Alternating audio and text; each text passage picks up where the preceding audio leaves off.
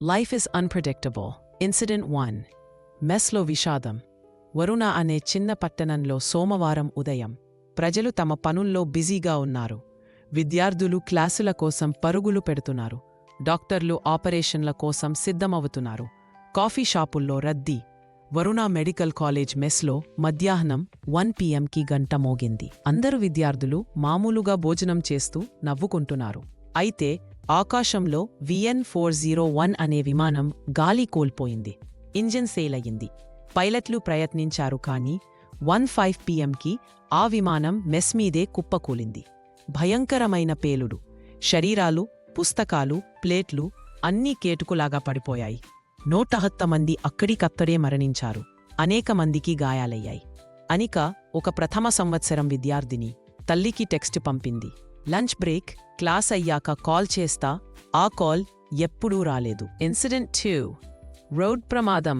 ఇతర ప్రదేశంలో రాహుల్, ఒక యువ జర్నలిస్ట్, అదే విమాన ప్రమాదం కవరేజ్ కోసం బైక్ మీద వెళుతున్నాడు.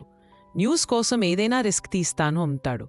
అయితే అదే సమయానికి ఓ లారీ డ్రైవర్ నిద్రలోకి జారిపోయాడు. ట్రక్ డివైడర్ దాటి బైక్ మీదకు దూసుకొచ్చింది. 1:24 PM రాహుల్ అక్కడికక్కడే చనిపోయాడు.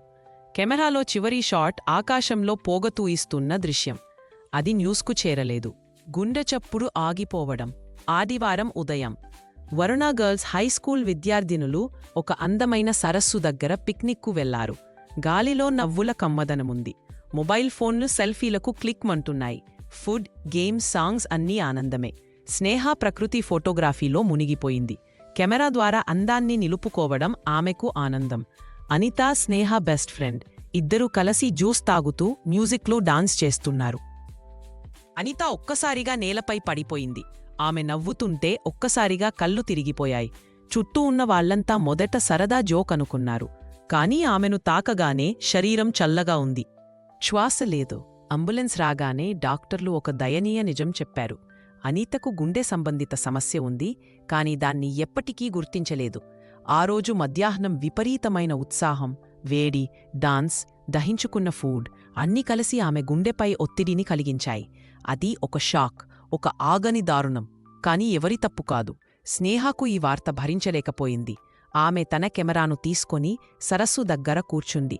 ఆ నీటిలో తన ఆలోచనలు చూస్తూ నిలిచిపోయింది. నిజంగా తను సంతోషంగా ఉంది, నవ్వుతూ ఉంది. నా కన్ను తిప్పిన నిమిషానికే ఆమె లేనేలేదు. స్నేహ కెమెరాలో ఉన్న చివరి ఫోటో. అనిత నవ్వుతూ తన వైపు చూస్తున్నది. అదే ఆమె చివరి చిరునవ్వు. ఇన్సిడెంట్ 4. హాస్పిటల్లో విమాన ప్రమాదం. రోడ్ యాక్సిడెంట్ బాధితులను వరుణ సిటీ హాస్పిటల్కు తరలించారు. హాస్పిటల్ భయంకరంగా మారింది. రవి, కొత్తగా చేరిన నర్స్, ఒక అమ్మాయి చేతిలో పట్టుకున్న గ్రాడ్యుయేషన్ ఫోటోను చూసి కన్నీళ్లు ఆపుకోలేకపోయాడు. ఆ రోజున అతనికి ఓ నిజం అర్థమైంది. చనిపోయిన వారికి అందరికీ కలలు ఉన్నాయి, కుటుంబాలు ఉన్నాయి. వాళ్లు తెలియకుండానే చివరి మెసేజ్లను పంపారు. ఇన్సిడెంట్ 5. నివాళి. ఒక వారం తర్వాత వరుణ స్క్వేర్లో నివాళి కార్యక్రమం. ఫోటోలు, కొవ్వొత్తులు, గులాబీలు. ఇవాల్టి మనం ఉన్నాం, రేపు ఉండామని హామీ లేదు. అయ్యేషా, అదే మెస్కి రావలసిన విద్యార్థిని, కాని లంచ్కు రాలేదు. అనికా చివరగా నవ్విన దృశ్యం ఆమె మనసులో మెదులుతోంది. Good bye అనలేకపోయాడు. జీవితం అంతా అంచనా వేయలేనిది. రేపటి జీవితంపై మనకు హక్కు లేదు. ఇవాళ మీరు ఒక మెసేజ్ టైప్ చేస్తున్నారు. రేపటికి మీ ఫోన్ ఎవరో తలచుకునే ఫోటో మాత్రమే. అందుకే మీ కలల్ని వాయిదా వేయొద్దు. ప్రేమను వ్యక్తం చేయండి, క్షమించండి, ఆనందంగా ఉండండి. ప్రతిరోజు బహుమతి అని భావించండి.